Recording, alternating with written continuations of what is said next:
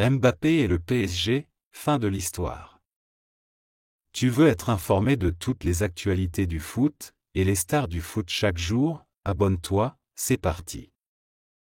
Si certains considèrent qu'un départ de Kylian Mbappé dans les derniers instants du mercato estival, Andrés Onrubia, journaliste chez AS, qui a longtemps cru à la signature du Français au Real Madrid, s'est fait une raison.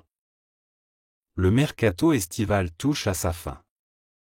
Et les dossiers ne manquent pas pour Luis Campos, que ce soit dans le sens des départs Verratti, Draxler, Wijnaldum, Navas, ou dans celui des arrivées avec Randal Kolo Muani et Bradley Barcola. Après près de 3 mois d'une nouvelle saga estivale autour de sa possible signature au Real Madrid, Kylian Mbappé devrait, lui, bien rester au PSG.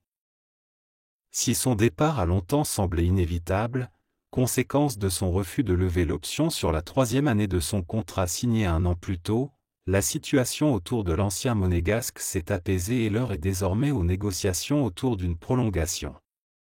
Aussi, après avoir été convaincu de son arrivée chez les Merengues, Andrés Onrubia, journaliste chez AS, n'y croit plus.